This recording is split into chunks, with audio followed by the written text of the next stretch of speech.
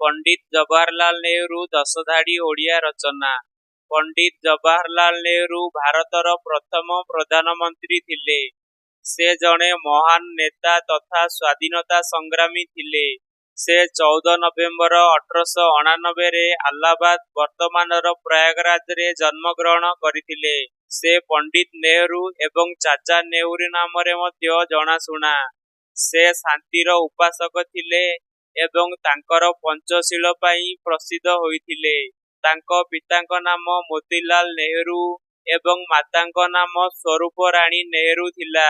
ସେ ସ୍ୱାଧୀନତା ଆନ୍ଦୋଳନରେ ଯୋଗଦେଇ ମହାତ୍ମା ଗାନ୍ଧୀଙ୍କ ପ୍ରଧାନ ଶିଷ୍ୟ ହୋଇଥିଲେ।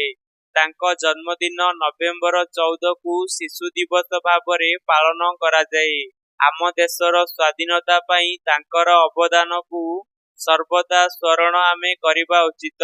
ସେ 1964 ମସିହା ମେ ମାସ 27 ତାରିଖ ଦିନ ମୃତ୍ୟୁବରଣ କରିଥିଲେ।